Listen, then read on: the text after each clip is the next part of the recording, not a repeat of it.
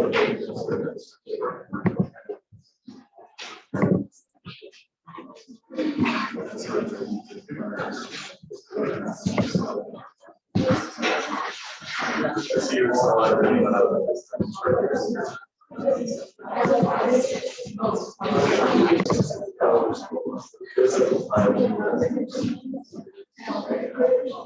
right, good afternoon.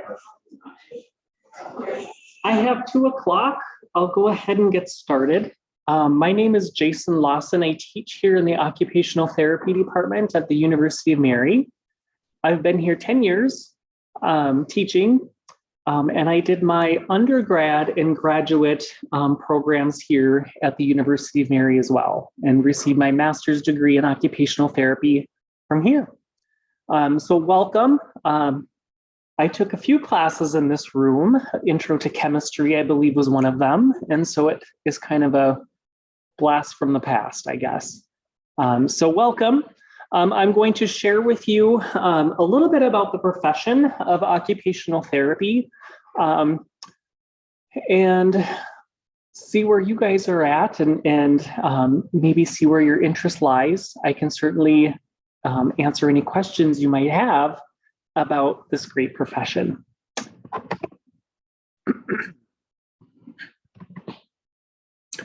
So at one of the Occupational Therapy Association, our National OT Association, we had Jessica Kensky. Is anybody familiar with her name? Maybe not. She was a runner at the Boston Marathon. And after the bombing that happened, she had some amputations, or she had to get some amputations, orthotics, prosthetics, those sorts of things. And so she spoke at this AOTA conference about her process attending occupational therapy as a patient. And how she felt that our profession is where science, creativity, and compassion collide and form one piece of our profession. And so we really use those underlying sciences, biomechanics, anatomy, physiology, but we also look at the science of psychology, sociology. We're really creative in how we approach a problem. We look at different aspects of that patient, of their environment. And of course, we're healthcare. We care about our patients that we see. And so we have a great deal of compassion for them. So it was really great to hear her story and hear how an OT helped put all of those pieces together for her. So how many of you have heard of occupational therapy before? Show of hands. Oh, great. How many of you know what occupational therapy does? Yeah, well, I'm a little on the fence too. So I've been in the profession for 20 years and it still blows my mind at what some OTs are doing, how they do it. And so I think that speaks wonders to just how active and evolving our profession is. And so that's one thing, we'll never get bored as an OT, okay? So we are licensed healthcare professionals. So I hold a license in the state of North Dakota, also in Montana, just because we have some distance programs out there. We help patients engage in activities that they find meaningful and purposeful. And so a lot of times when I'm going in and working with a client and I say, hey, my name's Jason, I'm an occupational therapist, sometimes they'll say, well, I don't need a job. Why do I need an occupational therapist, right? And so I might be working with somebody who's 85, 95 years old. And so instead of occupation, right, we sometimes say, oh, activities, or what do you find meaningful? What is it that you want to work on? And so inside my head as an occupational therapist, I know occupation is those things people need to do or want to do to make their life meaningful, okay? So for a 75-year-old, 85-year-old, that might mean just getting out of bed and getting yourself dressed, right? That might mean getting on the floor and playing with your grandkids and being able to get back up again. Okay, so it still encompasses some of those physical aspects, but we take it a lot further than those physical aspects in order to find what's meaningful. Uses a client-centered approach with participation in occupation as the method of treatment.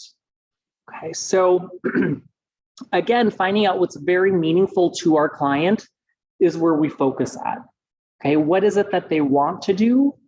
Well, I want to get down, I want to play with my grandkids, right? And so then using that as a goal, we'll incorporate the use of those daily activities of playing with your grandkid as part of our treatment to help them be more independent, to help them be safe, and maybe try and problem solve that situation with them so they can be more successful. Okay, so we're really looking at that client first. What is it that they need to do or want to do? And what is it that they find meaningful? Provide treatment in all areas of life, including social, physical, and psychological aspects. So this is a big piece, I think, that makes us different than physical therapy, right? Is both professions can work with kids all the way up to older adults, right? We can work in clinics, we can work in hospitals, we can work in school systems, we can work in skilled nursing facilities. And so very commonly we work side by side together, right? PT, OT. Some of our overlap certainly comes into addressing the physical part of the person, right? So my background, I worked a lot in outpatient pediatrics, orthopedics. And so OTs would work with clients that had, say, a shoulder replacement. Well, physical therapists would work with somebody with a shoulder replacement too. We would do the same heat modalities or pain modalities to help control pain. We might even do some of the same weights and exercises to increase strength, to increase range of motion. And so from the outside looking in, right, what is the difference between PT and OT in that instance, right? We had a lot of similarities in addressing the physical aspect of the person. As the occupational therapist, I'm thinking to myself, what is it that that person wants and needs to do with their shoulder? Okay, what's meaningful for them? I worked with somebody who it was meaningful for them to make Thanksgiving dinner, right, with her family.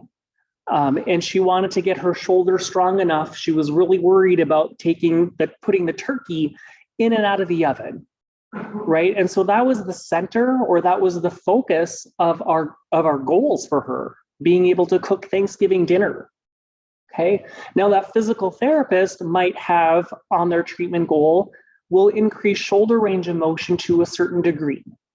Okay. The occupational therapist has that in their mind and might have it written down on documentation that they need this many degrees of shoulder motion, right? But we're taking it a step further, and how does that shoulder range of motion make that meaningful to that particular patient?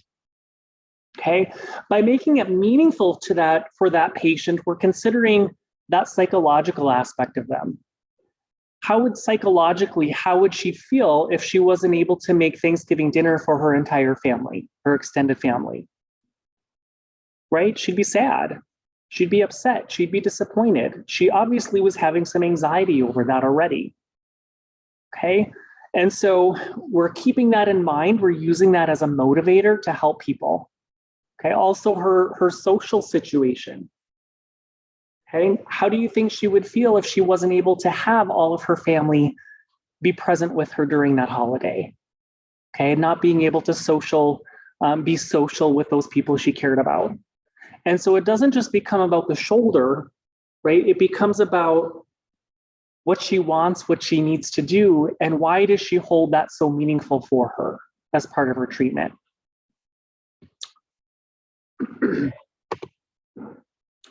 So as I've said this already, occupation, we view that as something people want or needs to do and gives meaning in their life. So when I think about a little kiddo, right, in maybe that outpatient community or outpatient clinic, who's coming to see me, what is it that a 6-year-old child needs to do in their daily life? Those are questions I'm asking myself. So again, PTOT, we both use some of the same assessment tools, right? We both use some of the same tools, the Peabody developmental motor scales, the Brunick-Sadzoretsky test of motor proficiency. We're looking at those motor skills, those motor aspects of that typical child development, right? But again, I might be tying that more so into what's an appropriate activity of daily living for a 6-year-old. Does anybody know what typical 6-year-olds do every day? What would you guess? Run around and play. Yeah. So play is the number one occupation of a child, right? And so if a child has a disability, maybe they have Down syndrome, maybe they have autism, maybe they have just overall some kind of developmental delay, that might be impairing or impacting their ability to play, right? So it wasn't uncommon for us in outpatient to look at, okay, what do their motor skills entail? What do they have the ability of doing with their motor skills? How can we enhance those so we can help that child play? So we can help that child participate with their peers or engage in their family. Okay.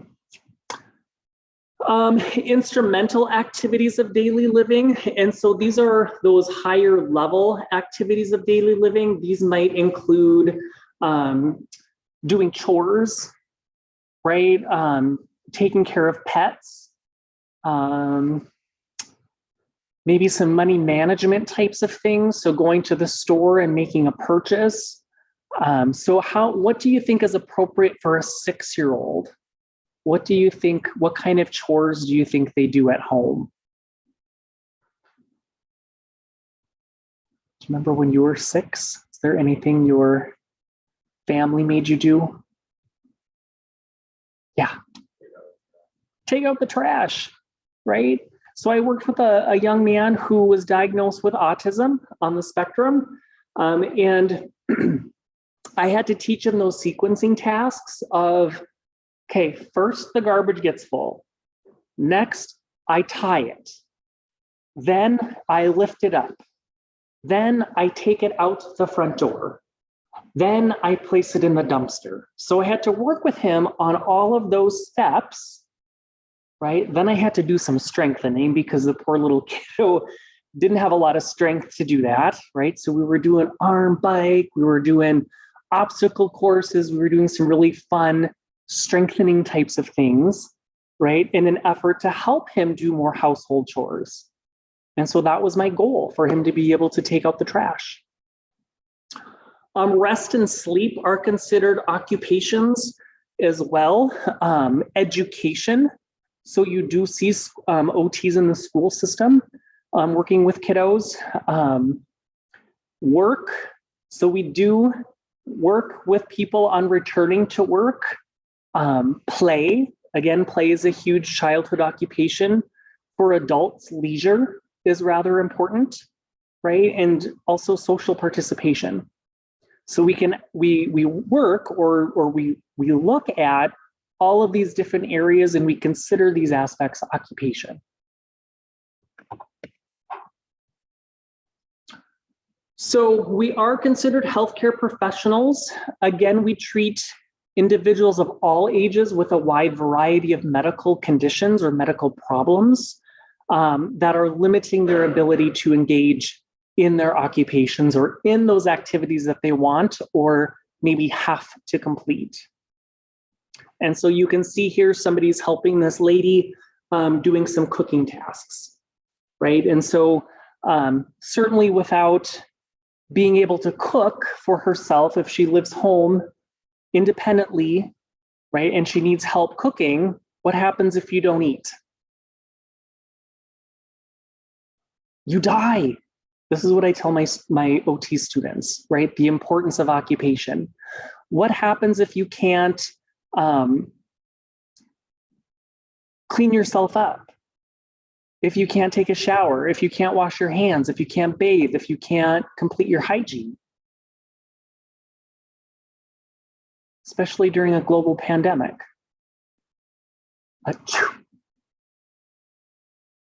You'll get sick. What happens if you get sick and it goes untreated?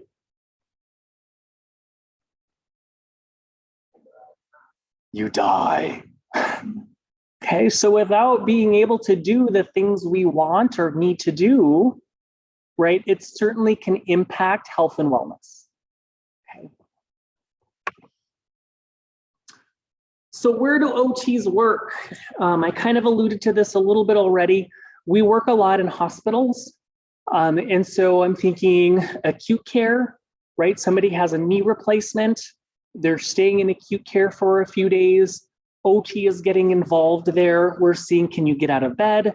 Can you get to and from the bathroom? Can you do some of your hygiene? Can you get yourself dressed? Do you have to cook for yourself when you go home? So we're looking for that opportunity for them to, or we're trying to find out what they're able to do and if they're able to go home and be safe. Okay. And so I might be having my patient get out of bed, go to and from the bathroom, practice getting in and out of the shower. I might be working with them on dressing. I might find out, hey, do you have a plan for your meals at home? Do you have to cook for yourself? No, I have somebody that's going to be there that's going to help me with 3 meals a day. Fine. Then in acute care, I might not have to focus on that, but I might focus on some of the other things like grooming, hygiene, dressing, bathing, some of those things. I'll find out, or I'll have to find out what their home setup is like. Okay. Do they have a regular toilet? Do they have a high toilet? Well, the biomechanical person in me is wondering, okay, you just had a knee replacement, right? Your knee is very sore, it's swollen. Do you have the knee range of motion to sit down on a really low toilet?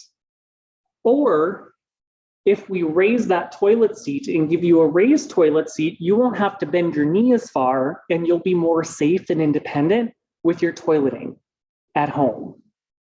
Okay.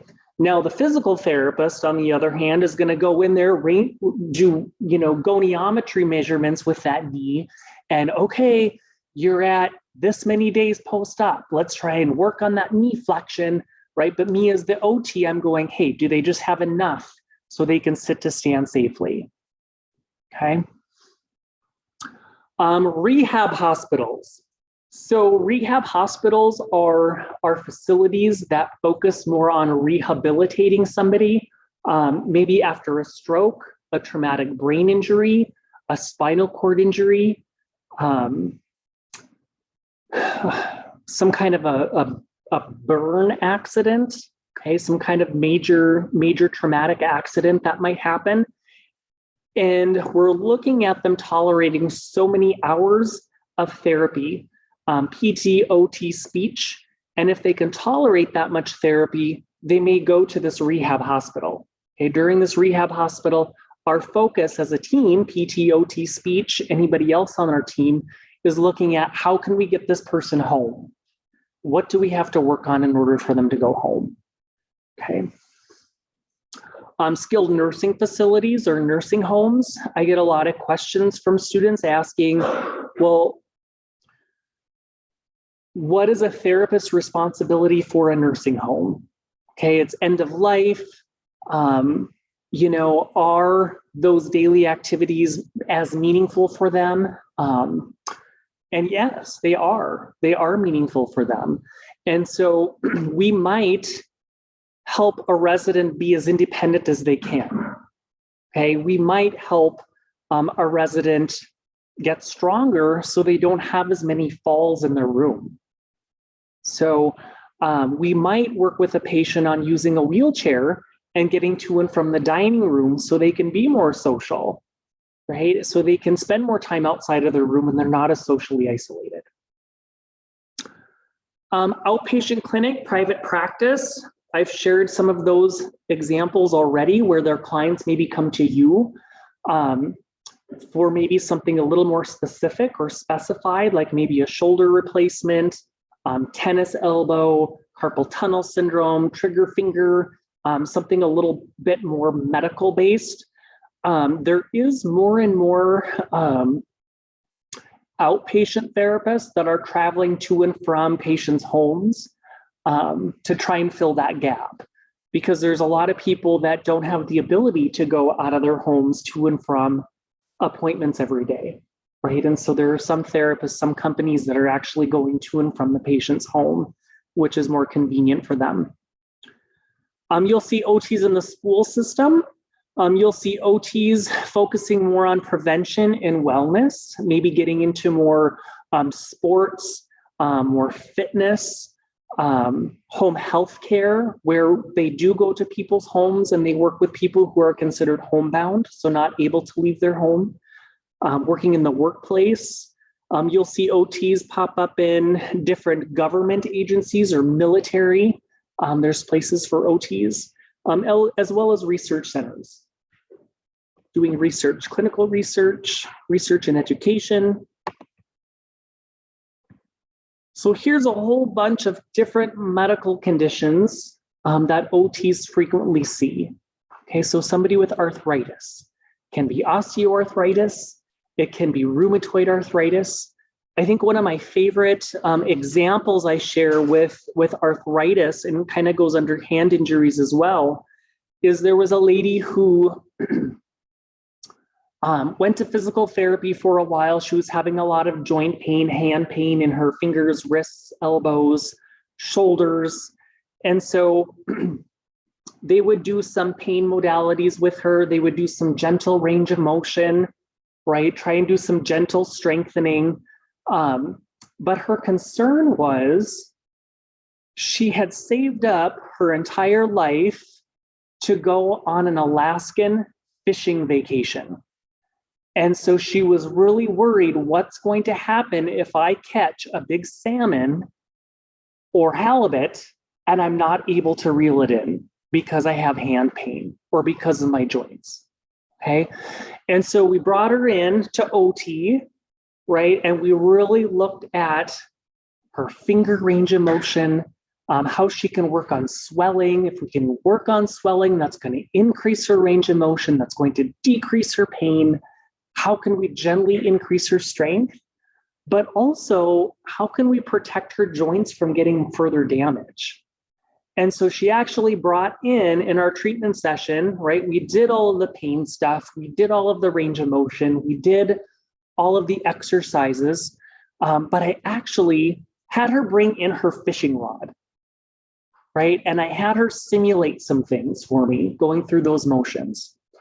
We actually adapted her fishing rod. We built up some of the handles for her, right? So that she didn't have to pinch quite so hard. And then I had simulated with her and hooked up her fishing rod so she had to reel in weights, right? To simulate a fish. And so we had just the best of time. We were laughing, right? And she actually was able to make quite a bit of progress. Again, what's meaningful to her, being able to go fishing to catch a fish, right? And so just taking that physical aspect a little bit further, and what does this mean for her? So she was able to go fishing. She took pictures. She caught lots of salmon, right? And she thanked me for adapting her fishing rod because she felt like that aspect of it helped her be successful. So we don't just look at the physical aspect of things, but we look at how that impacts a person. And maybe it just takes some simple modification to help them be more successful also. Attention deficit, back pain. Back pain is something I've lived with for several years of my life. And I know I've gone to many physical therapy appointments, chiropractic appointments, right? And I just, well, I guess I won't throw out names, but there's a PT faculty that has helped me so much with my back pain, right? As an OT, I don't do those joint mobilizations on the back, on the spine, right? I don't necessarily do those things. But think about how back pain could affect my ability to bend over. When I'm looking at activities of daily living, what do you have to do in order to get yourself ready in the morning? Well, I had to get my shoes on. I had to get my socks on. In the mornings, my back is very tight and very stiff and sore. Okay, so I've had to teach myself, thankfully I'm an OT, how to maybe, instead of bending over because I don't have the range of motion to do so, but how to get dressed with that back pain. How do I change the way I get dressed? Well, I might bring my leg up because I can do that, right? There's adaptive devices I could use. I haven't reached that point yet, thank goodness. But I know I have some options there, okay? Balance, burns, carpal tunnel syndrome, developmental delays, COPD, chronic obstructive pulmonary disease, dislocations, fractures, hand injuries. I think those were really a favorite diagnosis or population I got to work with. Headaches, lymphedema, osteoporosis, stroke, traumatic brain injury, incontinence, mental illness, sensory processing, or autism. So I think I touched on a lot of those just in my examples. You can see some of these pictures here where they're working on some of their activities of daily living. You see the middle picture there, they're working on making a splint, it looks like, for somebody's hand to offer some joint stability, which would then allow their hand or allow their joint maybe additional healing if it needed to heal, or just some more stability if there's some joint instability or arthritis there. Okay. The bottom picture is interesting. So we get to play with kids a lot, right? If we want to focus on working with kids. Some people are like, no, I don't do kids at all. And that's fine. But we can work with kids if you want. This particular child, I'm guessing, is somewhere on the autism spectrum. And so they have headphones over his ears to block out some of the sound, because kids on the spectrum can be very sensitive to their different senses. And so they're trying to do some swinging, which affects his vestibular system or his vestibular sense, where his body's at in space, right? He's clearly having a good time. And then incorporating some of that motion, that activity, and his visual sense on tossing a ball into a basket while he's moving. Okay, so again, kind of a fun intervention we might do for a child, but how would that impact his occupations, right? What occupations does a child have to move, focus, and put something somewhere at a target? Okay, so those are the questions that I'm constantly asking myself as an OT. So job outlook. So the US and world news, OT falls within the top 10 list of 100 best jobs as far as employment opportunities, a good median salary. Recently it was considered having one of the top manageable work-life balance. And there's good job security. And so CNN Money reported OT being in the top 10 of 100 fastest growing jobs. And so you look at helping people be safe and independent with their activities of daily living. That helps people age in place, right? That helps people stay in their homes a lot longer, as opposed to going to skilled nursing facilities, which a lot are full. Right? And so there's this drive or this push for more OTs to get out there and help this aging population, especially as we know the aging population is getting older and older and more. Employment of OTs is projected to grow 29% and much faster than average for some of the other professions out there. So it has a really good job growth and job security.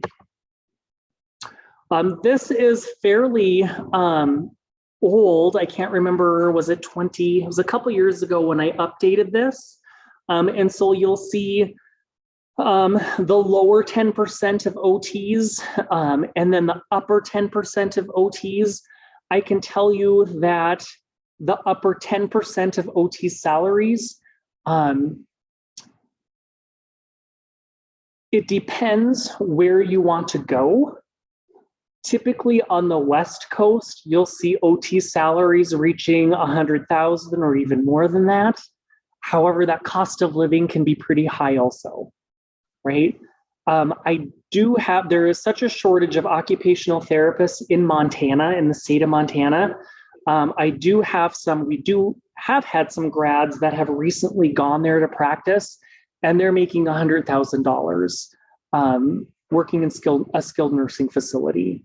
Lots of opportunity. This was a graduate of ours who graduated 3 years ago. And so he's already been bumped up to manager. And there just is a really big need. So if you go somewhere where there's a need, your salary likely is going to be higher than if you go somewhere where there isn't a need. What's really interesting about our profession right now is there are 2 degree options. And so we all want everybody who's an occupational therapist has to have an entry-level degree, okay, in order to practice. And so some universities offer an entry-level doctoral degree. Some universities offer a master's level degree. Okay, so there was all of this turmoil in our profession over the last 5 years. Everybody was supposed to switch to an entry-level doctoral degree, right? That's where nursing can be a doctoral degree. Physical therapy is already a doctoral degree. Why can't OT? OT should follow suit and have a doctoral degree so we can keep up with some of the other healthcare professions out there, right? Not only that, but we're starting to learn, or there's starting to become more information out there about certain kinds of medical conditions, right? And how do you jam pack all that information, right, into a degree for an entry-level student? And so naturally with PT, OT, nursing, as more medical information, as arises in medical technology is happening, we have to teach that somewhere, right? And so naturally we see more and more information needs to be taught to our students.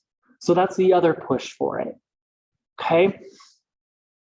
Another push for it is we need more research out there that justifies the use of occupation. Okay, so if you are trying to do literature searches on occupational therapy intervention compared to physical therapy intervention, you're going to find way more on physical therapy. Okay, they've been a profession a lot longer than we have, but they're really good at research, right? They tend to be type A personalities where OTs are a little bit more think outside the box. Right? There's always exceptions to the rule. It's kind of a stereotype, right? And so we need more of that doctoral degree, right? With more education on research, so our practitioners actually go out and start doing more clinical research for us, okay? However, with the increase in educational standards, there was quite a bit of conflict. Okay, universities saying, well, if we go to a doctoral level, we don't have the faculty. There's a huge faculty shortage. So if you mandate that there's an entry-level doctoral degree, this program is going to have to shut down because we don't have the faculty to do it. This program is going to have to shut down. Now we have these students who want to become an occupational therapist, and now there's only a few programs to choose from. And so then that decreases the ability of students who want to become OTs, right? It decreases their chances of being able to get in and being able to study. So we're kind of holding out in limbo.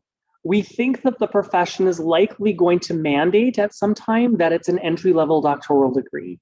Now, the University of Mary, our program, transition to a doctoral degree. Let's see here, we had our first graduating class last year. This spring will be our second graduating class in the doctoral degree.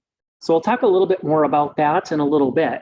But it all comes down, if you want to practice as an occupational therapist, right? It all comes down to passing a national certification test, right? Your boards, as you will maybe hear it called. Once you pass that test, once you pass your boards, then you'll be eligible to practice in any state you choose with any particular state licensure. Okay, so here, how many of you like horses? Okay, there's a few of you. We've had quite a few students who are like, I'm really interested in OT. I saw OTs working with a child on a horse one time, and it was really cool, right? And so there are some OTs that will offer this. Obviously, you have to have the facilities to do so. There are some therapeutic riding facilities in town and some partnerships that we have with. There's one OT I know for sure who has a therapeutic riding program, and she'll offer some OT services on a horse. So basically, they're using the horse, right? I'm not going to get too much into it, but teaching that child those social cues to act around a horse can be really motivating. A horse actually can read a person's body language and will react a certain way depending on how that child is acting. And so it gives that child really good feedback for that social piece. And then, of course, when you're riding a horse, there's that motion, that repetitive movement that can really help calm kids, and that can help their core strength and their stability. There's all kinds of opportunities you could use a horse or any animal with animal-assisted therapy. So kind of interesting.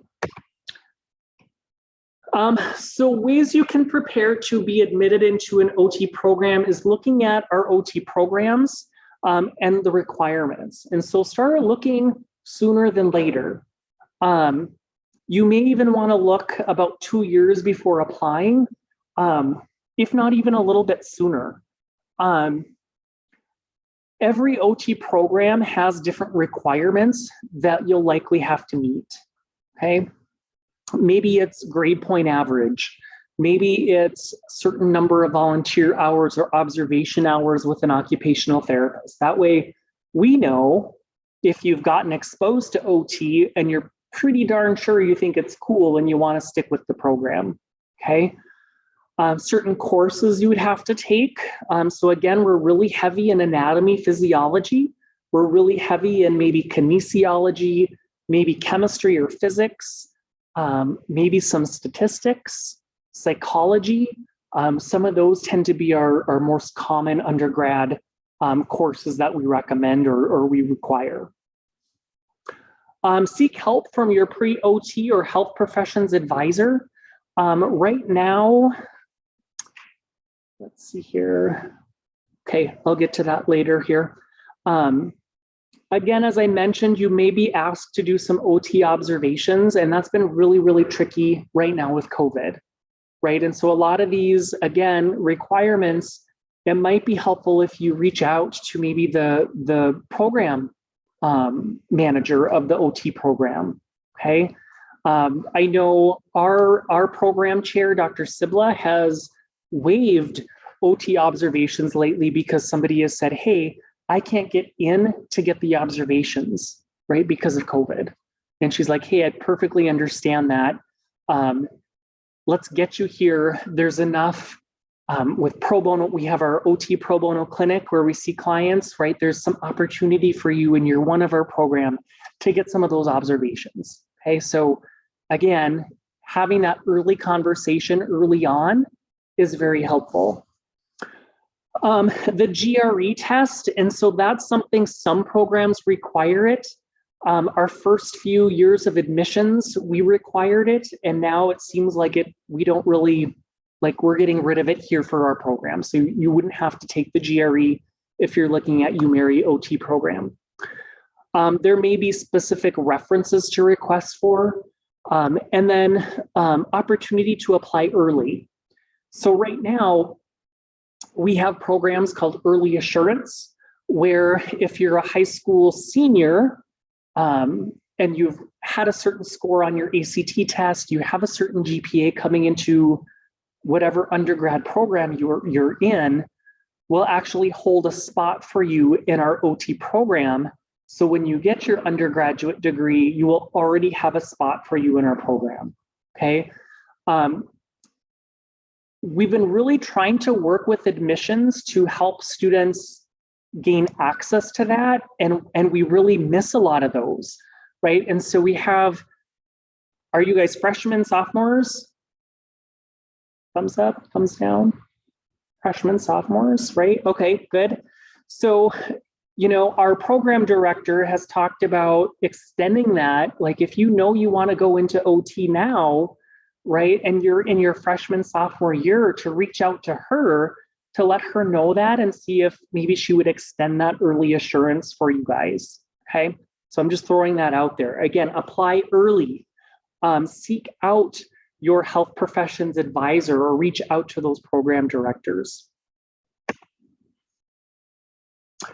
OTCAS is usually it's a centralized application service. And so when you're getting ready to apply to OT school or PT school has PTCAS. Okay, it's a centralized location, so you can go in there, you can upload your transcripts, you can blah, blah, blah, blah, blah, get your references all up there. The good thing is with early assurance, right, and that program I just spoke about, you can ignore all of this stuff. If you're committing to UMary, you're obviously already here, right, and you're going into, you know you want to go into OT and you want to do early assurance, this is something you wouldn't have to go through and apply for, right, to go, because it costs some money to upload your applications and stuff. Okay, so being early assured just means you're bypassing some of this, and again, we're reserving that spot for you. OT, so what we're requiring already is anatomy, physiology 1 and 2, okay, with your labs associated with those. I'm guessing you probably have to take those for your undergrad degree. Am I right? Am I right? Yes, okay. Chemistry or physics, you guys need to take that for your undergrad degree? Yes, maybe, okay. How about psychology? Okay, general, developmental, or lifespan. Some students don't have to take abnormal psychology in their degree plans. And so if you are interested in OT or looking at more psychology per se, that might be a class to pick up. A lot of times with statistics, you can take a statistics course through the math department. We've also allowed statistics through the psychology department as well. And then medical terminology. So a lot of times the medical terminology is something, again, if you have an undergrad that is in a medical profession, we could look at, or you could look at getting that waived or taking some kind of a competency-based online exam, so you wouldn't have to take a particular course per se.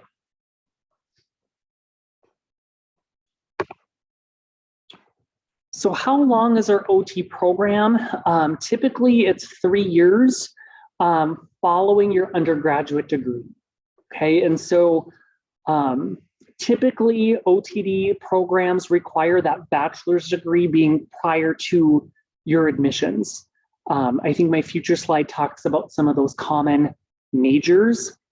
Time in the classroom. So we do have a lot of classroom time, a lot of our classes. I'm teaching a musculoskeletal conditions class right now, where I'm covering conditions of the shoulder, elbow, wrist, hand. And then I have an associated lab with those. And so I'm teaching them how to do a quick range of motion manual muscle test to screen for conditions. I'm teaching them how would we increase strength? How would we increase range of motion? How would we increase fine motor skills of the hand following some kind of a condition? Once you're finished with your classroom piece of your program, there's a clinical education piece. So your level 1, level 2 field works. So level 1 field work is typically about a week long. Okay, and so you'll have 2 of those embedded in your program. This summer, I'm actually taking a group of students to Lima, Peru, God willing. Everything goes. We haven't been able to go for a couple years. And so we partner with a school system down there that only sees children with disabilities. Okay, and so it's been a couple years since I've been there, and so I'm really excited to go back. That is considered a clinical piece or a clinical education piece for some of our students. When you're all done with your coursework, you then progress to level 2 fieldworks. Okay, so you have 2 level 2 fieldworks that are 12 weeks long. Okay, back to back, 12 weeks long and 12 weeks long. They can be anywhere in the US in any particular setting with an OT. Okay, and the difference between maybe master's level and doctoral level, a big difference is going to be your clinical experience. And so this is when your fieldworks are done. Then you find a site, okay, and you'll have found a site already through our program. But you go there likely is not an occupational therapist there, and you do some kind of a needs assessment, right? And then you think about how can we meet these needs? What kind of a program can I make for this facility where I'm at? Can I measure progress, or can I measure the effectiveness of my program, right? And then you come back to campus and you present on everything that you did at this site without an OT and everything that you offered them, right? And then you graduate. And so I really feel like this doctoral experience at the very, very end is trying to promote our profession, is trying to give you those leadership skills that we would like to see in that doctoral level student, right? Can you go out? Can you make an OT program? Can you be successful? Okay, so is OT right for you? How the human body works. I know with your undergraduate degree and where you're at, you're all going to have a really good understanding of the human body and how it works, okay? Do you like to interact with patients? I'm sure you all do. That's why you're here, right? That's why you're studying what you're studying. Are you interested in a hands-on career? OT is hands-on, okay? Do you like to communicate? Do you like to become close with whom you're working with? Can you motivate people? Are you good at sciences? And do you like to be creative? Okay, so all of those qualities I'm sure you need for your undergraduate degree here. Do you want to use those and enhance it in the profession of OT? So you get to work with others, you get to work with people. It's an active job. It offers a lot of variability, right? You're learning something new every day. I've been in the profession for 20 years. I learned something new about OT every single day, okay? And again, it's a pretty good salary. There's usually some financial security with it as well. Paying back student loans, right? I've been out 20 years. I'm still working on mine. For OT, for more information on OT, particularly if you want to find out more about our early assurance program, Dr. Janine Sibla is our program chair, and she just really welcomes students who might be interested to just reach out to her and ask her specific questions. AOTA is the American Occupational Therapy Association. There's a lot of resources here for students who just maybe want to find out more about the profession. And then here's a link to our specific OT program, and I think umary.edu has recently been updated, and I don't know if this will actually take you, but if you do a search for OTD program on my.umary, it should take you to the most updated one if this one's not the one that's updated. Questions? I rambled a lot. Oh, go ahead. I was just wondering, when the OT typically visit patients, if you try to add you know the height of the patient, so do they often visit the patients? So do OTs often visit the patient's home to find out more specifics about their environment? I would like the height of their toilet seat. I would say it depends on which setting you're working in. If it's an acute care setting, I might not have time to leave the hospital. I might just take the patient's word for it. Like, do you have a traditional toilet or do you have a raised toilet at home? I might also have access to their family members to sort of corroborate and to make sure that what they're saying is true. Okay. Now, if I'm in home health, absolutely. If I'm an outpatient, I might have the ability or flexibility to go to their home and work with them for sure. So good question. I'll hang around here. I have 250, and so I'll hang around here if anybody else has additional questions. Thank you so much for your time and good luck. Really quick, my group, we're back into 60 on Monday. Okay. We will be here. All right.